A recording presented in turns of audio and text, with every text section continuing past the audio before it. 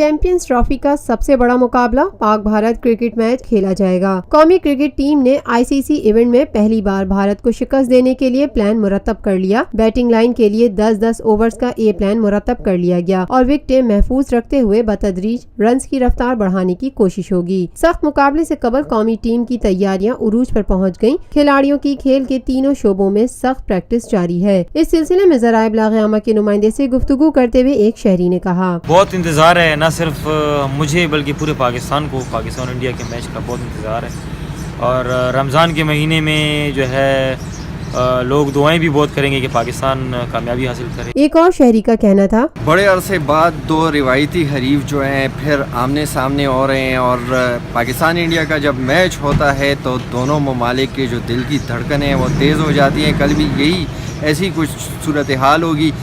गर्मी भी तेज़ है, रमज़ान भी है और दिलों की धड़कनें भी तेज़ होंगी और इंशाल्लाह पाकिस्तान जीतेगा। Lotus Lake Towers, a groundbreaking endeavor by Lotus Properties.